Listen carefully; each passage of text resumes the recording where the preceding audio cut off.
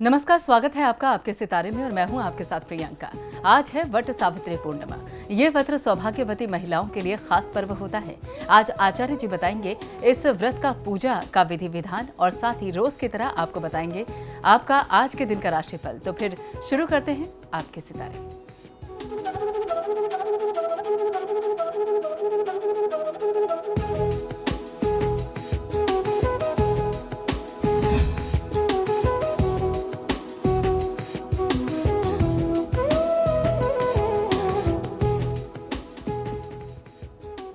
आपके सितारे में आप अपनी हर परेशानी का हल प्राप्त कर सकते हैं और अपने सवाल भी पूछ सकते हैं। स्टूडियो में साथ देने के लिए हमारे साथ मौजूद हैं विश्व विख्यात ज्योतिषाचार्य और वास्तु शास्त्री पंडित वैभव नाथ शर्मा। आचार्य जी, आपका हार्दिक स्वागत है। जी नमस्कार।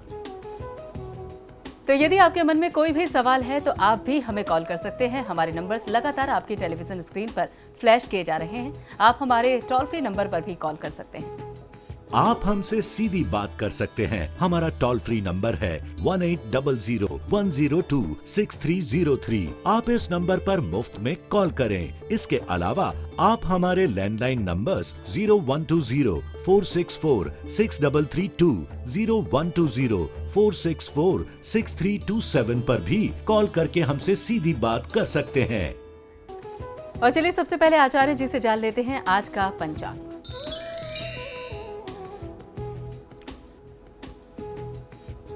जी बिल्कुल, आज का पंचांग इस प्रकार है। विक्रम संवत 2072 मास चल रहा है ज्येष्ठ का और ज्येष्ठ मास के शुक्ल पक्ष की आज पूर्णिमा तिथि है। आज नक्षत्र है अनुराधा, मंगलवार का दिन है, योग है शिव, करण है विष्टि और आज जो व्रत पर्व और त्योहार है इसे वट पूर्णिमा, वट सावित्री पूर्णिमा के नाम से भी जानते हैं। सौभाग्यवती महिलाओं से जुड़ा हुआ ये पर्व, ये त्योहार है। तो क्या होनी चाहिए आज के पर्व को मनाने की विधि विधान, क्या है इस पर्व के पीछे की मान्यता, ये सारी जानकारी आज के महा उपाय में। तो बिल्कुल इस व्रत का विधि विधान जाने उससे पहले जान लेते हैं 12 राशियों का हाल। आज का दिन उनका कैसा रहने वाला है। सबसे पहले बात करेंगे मेष राशि की। मेष राशि वाले जातक लोग आज किसी शुभ कार्य को संपादित करने में आज आप थोड़ा सा कुछ आर्थिक व्यय भी कर सकते हैं, धन का निवेश भी कर सकते हैं। आज आपको अपनी कीमती चीज़ों का बहुत ज़्यादा ध्यान रखना होगा। मूल्यवान वस्तुओं का थोड़ा सा ध्यान रखिए। गुम होने, चोरी होने, खोने की स्थिति आपके साथ बनती है। आज के दिन को शुभ बनाने के लिए ओम परस्मै नमः मंत्र का 108 बार जाप कर लेना आपके लिए सर्वोत्तम होगा। आज की तिथि यात्रा के लिहाज से आपके लिए बहुत अच्छी नहीं है, तो यात्रा से बचना चाहिए। और चलिए अब जान लेते हैं वृषभ राशि वाले आज के दिन को अच्छा बनाने के लिए क्या करें। वृषभ राशि वाले जातक लोग, यदि आज आप कोई बहुत महत्वपूर्ण निर्णय वाले हैं तो एक बार पुनः आपको विचार करना चाहिए और फिर उसके बाद किसी नतीजे पर, किसी निष्कर्ष पर पहुंचना चाहिए। आज के दिन को शुभ बनाने के लिए ओम पापहारणे नमः मंत्र का 108 बार जाप कर लेना आपके लिए सर्वोत्तम होगा। आज मन की चंचलता को आप नियंत्रित करें तो आपको लाभ ज्यादा मिल सकता है। और चलिए अब जान लेते हैं मिथुन राशि वाले आज क्या उपाय करें और क्या ना करें। मिथुन राशि वाले जातक लोग, आज आप अपने किसी वरिष्ठ और अनुभवी व्यक्ति के साथ अपने व्यापार और परिवार से जुड़े हुए महत्वपूर्ण विषयों पर विचार विमर्श कर सकते हैं। अगर कोई नई जॉब आपने, कोई नया काम आपने, नौकरी आरंभ की है तो अपने सहकर्मियों के साथ सामंजस्य बिठाने में, तालमेल बिठाने में आपको थोड़ी सी परेशानी जरूर आएगी। लेकिन इस समय मैं आपको सुझाव देता हूं कि अपनी तरफ से कुछ एक्स्ट्रा एफर्ट लगा करके अपना तालमेल जरूर आप लोगों के साथ बनाइए। आज के दिन को शुभ बनाने के लिए ओम निरंजनाय नमः मंत्र का 108 बार जाप कर लेना आपके लिए सर्वोत्तम होगा। कटु वचन बोलने से बचना चाहिए। और साथ ही जान लेते हैं कर्क राशि वालों का आज दिन कैसा रहने वाला है और दिन को शुभ बनाने के लिए वो क्या करें और क्या ना करें। कर्क राशि वाले जातक लोगों को आज की दिनचर्या में आवश्यकता है कि आप अपना व्यवहार जितना ज्यादा से ज्यादा सौम्य और मधुर रखेंगे उतना आपको लाभ मिलेगा। आज की दिनचर्या में वाहन आदि का भी सुख मिलने के बहुत अच्छे संयोग आपके लिए बनते हैं।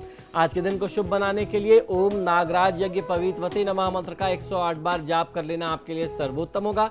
व्यापार में किसी भी प्रकार की साझेदारी यानी पार्टनरशिप इस समय में करने से बचना चाहिए।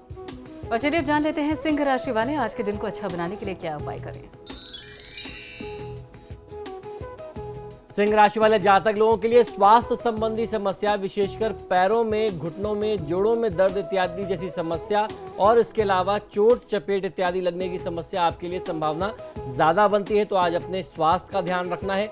कार्यक्षेत्र में उच्चाधिकारी और सहकर्मियों के व्यवहार से आपको बहुत तकलीफ पहुंच सकती है। तो किसी भी व्यक्ति की बात को अपने दिल पर इस समय लेने से बचना चाहिए। और आज के दिन को शुभ बनाने के लिए ओम धीराय नमः मंत्र का 108 बार जाप कर लेना आपके लिए सर्वोत्तम होगा। संपत्ति या उसके अलावा अन्यत्र कहीं निवेश की योजना हो तो उससे बचना चाहिए। और चलिए जान लेते हैं कन्या राशि वाले आज के दिन के लिए क्या करें। कन्या राशि वाले जातक लोगों को आज अपने स्वजनों के व्यवहार से आपको थोड़ी सी हताशा और निराशा हो सकती है। ऐसे में आज आपको चुप नहीं रहना चाहिए, खुल करके अपने मन की बातें उनके समक्ष रखनी चाहिए। परिवार के हित में जो भी आपके विचार हैं उन्हें सबके समक्ष आप रखें। बहुत ही सोच समझ करके नपे तुले वाक्यों में आपको अपनी बात कहनी चाहिए। आज के दिन को शुभ बनाने के लिए ओम द्वैमात्रयाय नमः मंत्र का 108 बार जाप कर लेना आपके लिए सर्वोत्तम होगा। आज की तिथि यात्रा के लिहाज से आपके लिए भी बहुत अच्छी नहीं बनती है। और अब जान लेते हैं तुला राशि वालों का आज का दिन कैसे रहने वाले हैं। तुला राशि वाले जातक लोगों के लिए मित्रों के सहयोग से समस्या का समाधान होगा। उच्चाधिकारी आपके कार्यक्षेत्र में आपका पूरा सहयोग करेंगे, ऐसा लक्षण आपके लिए बनता है। आज के दिन को शुभ बनाने के लिए ओम द्विजप्रियाय नमः मंत्र का 108 बार जाप कर लेना आपके लिए सर्वोत्तम है। शेयर मार्केट में निवेश करने से इस दौरान बचना चाहिए। और चलिए अब जान लेते हैं वृश्चिक राशि वाले जातक आज के दिन को अच्छा व्यतीत करने के लिए क्या करें और क्या ना करें।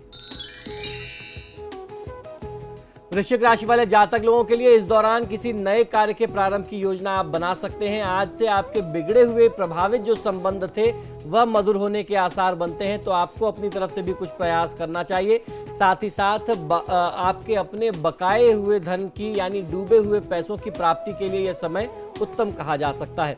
आज के दिन को शुभ बनाने के लिए ओम देवाय नमः मंत्र का 108 बार जाप कर लेना आपके लिए सर्वोत्तम होगा।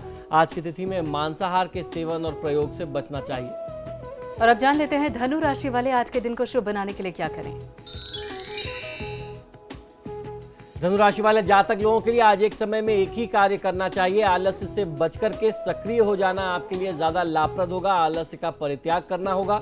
आज के दिन को शुभ बनाने के लिए ओम दुर्वा बिल्व प्रियाय नमः मंत्र का 108 बार जाप कर लेना आपके लिए शुभ है। मांसाहार और मद्यपान के सेवन और प्रयोग से आपको बचना चाहिए। और अब जान लेते हैं मकर राशि वाले जातकों के सितारे आज क्या कुछ कह रहे हैं। मकर राशि वाले जातक लोगों के लिए, व्यापारी बंधु लोगों के लिए व्यापार अच्छा चलेगा और आपकी आर्थिक स्थिति प्रसन्नतादायी रहने वाली है। परिवार को सुख दे सकेंगे और जब आप परिवार के लिए कुछ करते हैं, परिजन आपके कृत्य से खुश होते हैं, तो ऐसे में आत्मिक संतुष्टि की प्राप्ति होना स्वाभाविक है। आज के दिन को शुभ बनाने के लिए ओम दांताय नमः मंत्र का 108 बार जाप कर लेना आपके लिए सर्वोत्तम होगा। ये समय आर्थिक निवेश से जुड़ा हुआ समय बहुत अच्छा नहीं है, तो निवेश करने में बहुत सूझबूझ दिखानी चाहिए। और अब जान लेते हैं कुंभ राशि वाले आज के दिन को शुभ बनाने के लिए क्या करें और क्या ना करें। कुंभ राशि वाले जातक लोगों के लिए भाग्य का साथ आपके साथ एक बार फिर से बना हुआ है। इसका पूरा लाभ लेने का प्रयास करना चाहिए। आज की तिथि में भवन भूमि वाहन की प्राप्ति के हेतु बहुत अच्छे उत्तम योग आपके लिए बन रहे हैं। आज के दिन को शुभ बनाने के लिए ओम दक्षाय नमः मंत्र का 108 बार जाप कर लेना आपके लिए सर्वोत्तम होगा। इस दौरान यात्रा करने से बचना चाहिए। और अब जान लेते हैं मीन राशि वाले आज अपने दिन को शुभ बनाने के लिए क्या करें और क्या ना करें। मीन राशि वाले जातक लोगों के लिए न्यायिक विवादों का निपटारा आपके पक्ष में होगा, ऐसी संभावना बनती है। राजकीय सुख और सम्मान प्राप्त हो, ऐसे लक्षण भी आपके लिए बन रहे हैं। सामाजिक मान सम्मान, यश, कीर्ति, पद प्रतिष्ठा की प्राप्ति हो जाए, ये भी आपके लिए काफी हद तक संभावित दिखाई देता है। आज की तिथि में आपको आज की तिथि का लाभ लेने के लिए भगवान श्री गणेश जी का स्तवन जो वाल्मीकि जी द्वारा रचित है उसका आपको पाठ करना चाहिए और संतान पर क्रोध करने से बचना चाहिए। और साथ ही हमारे साथ कॉलर भी लगातार जुड़ने लगे हैं और सबसे पहले मैनपुरी से हमारे साथ किरण जुड़ चुके हैं। किरण, पूछिए क्या पूछना चाहती हैं आप पंडित जी से। जी पंडित जी प्रणाम। जी नमस्कार, बताइए। जी मेरे भाई जो है ना वो मकान लेना चाहते हैं, क्या मिल पाएगा या नहीं मिल पाएगा? जी बिल्कुल, आप जन्म विवरण बताइए। उनकी एज 26 और दिन का समय है रात 8:30 बजे। आपने साल और महीना नहीं बताया, 26 बताया सिर्फ। इस साल है, शुक्रवार को बताया था। मैडम शुक्रवार साल नहीं होता, शुक्रवार दिन होता है। आपने तारीख बताया ना, महीना बताया ना, आपने वर्ष बताया जन्म का। महीना ये पता है, इतना पता है, ये 26 की डेट थी। चलिए देखिए, 26 तो हर महीने में आती है। ऐसे में किसी भी ज्योतिषी के लिए आप लोग असंभव कर देते हैं कोई भी फलादेश कर पाना। प्रश्न लग्न के अनुसार आपने पूछा कि आपके भाई साहब को मकान कब तक मिल पाएगा, तो मैं उसके आधार पर आपको जवाब दे देता हूं। प्रश्न लग्न के अनुसार सप्तमेश और अष्टमेश शनि की दशा इस समय चल रही है। शनि वक्री अवस्था में वृश्चिक राशि में बैठे हुए हैं, तो भवन प्राप्ति यानी आपका जो प्रश्न है उसकी सफलता बहुत मुश्किल दिखाई देती है। इस आपके प्रश्न के लिहाज से परिस्थितियां बहुत अच्छी नहीं बन रही हैं। ऐसा भी लगता है कि पिता पुत्र में कहीं ना कहीं वाद विवाद की स्थिति है, क्योंकि शनि की महादशा में सूर्य की अंतर्दशा इस प्रश्न लग्न के अनुसार दिखती है और शनि और सूर्य में आपस में तालमेल नहीं है, ये आम आदमी भी जानता है। तो इस स्थिति को देखते हुए कहा जाएगा कि इस समय में अगर प्रॉपर्टी या खासतौर पर पैतृक संपत्ति की बात चलती है तो पिता पुत्र में टकराव की स्थिति का सामना करना पड़ सकता है परिजनों को। ऐसे में आपको अपनी तरफ से ज्यादा भगवान शिव की पूजा आराधना करनी चाहिए। और साथ ही हनुमानगढ़ से दुर्गा हमारी दर्शक हमारे साथ जुड़ चुकी हैं। दुर्गा, पूछिए क्या पूछना चाहती हैं आप पंडित जी से? गुरुजी नमस्कार। जी नमस्कार, बताएं। हाँ, ये मेरी बच्ची है, 18/10/1994 उसका जन्म है, दोपहर के 2:15 बजे, लूणासर हनुमानगढ़। जी, ये मांगलिक है या नहीं, मैं पूछना चाहता हूँ। शादी कब तक होगी इसकी? जी देखिए, इस जातक की जन्म पत्रिका के अनुसार ये कहीं से मांगलिक नहीं बनती हैं। इस प्रकार का कोई भी संदेह आपको त्याग देना चाहिए। ना इनकी कुंडली लग्न से मांगलिक है, ना इनकी कुंडली चंद्र लग्न से मांगलिक है, तो मंगल दोष कोई भी नहीं है। जहाँ तक आप विवाह की बात अगर कर रहे हैं तो ऐसा लगता है कि 17 नवंबर 2015 तक इस वर्ष में इनके विवाह से जुड़ा कोई शुभ समाचार आपको प्राप्त होना चाहिए। ये समय इनके कार्यक्षेत्र से के लिहाज से भी जुड़ा हुआ बहुत अच्छा समय हो सकता है। कुल मिलाकर के कहा जाए तो बुध की महादशा में बृहस्पति की अंतर्दशा है और बुध देवता जो हैं भाग्य स्थान के स्वामी हैं। बुध अच्छी अवस्था में हैं और शुभ ग्रहों के साथ योग बना रहे हैं, तो जीवन में कुल मंगल होने की स्थिति कुल मिलाकर के दिखती है।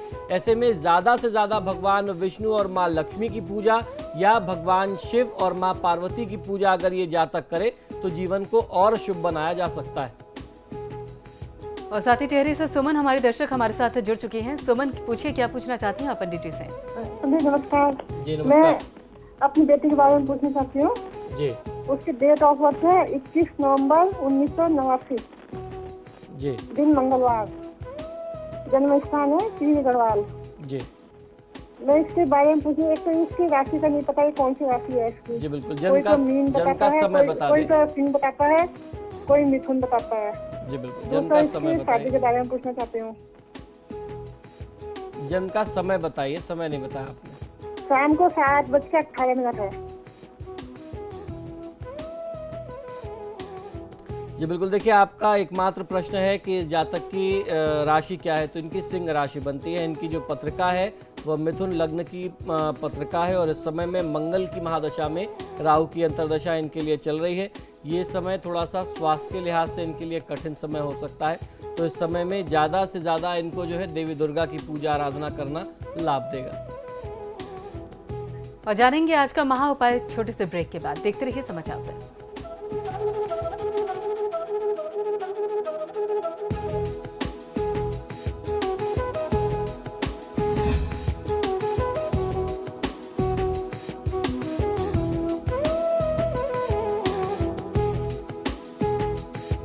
ब्रेक के बाद स्वागत है आप सभी का और चलिए पंडित जी से जान लेते हैं आज का महा उपाय।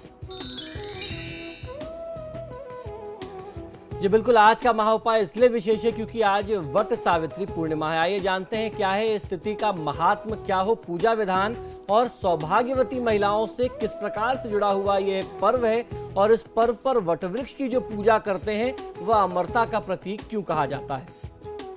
ज्येष्ठ मास की पूर्णिमा को वट सावित्री व्रत का विधान हमारे धर्मशास्त्रों में बताया गया है। इस दिन महिलाएं दीर्घ सुखद वैवाहिक जीवन की कामना से वट वृक्ष की पूजा अर्चना और व्रत इत्यादि करती हैं।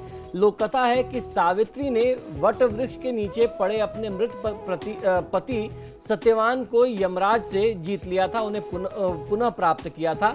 सावित्री के दृढ़ निश्चय और संकल्प की याद में इस दिन महिलाएं सुबह प्रातःकाल स्नान ध्यान करके नए वस्त्र धारण करके 16 श्रृंगार करती हैं।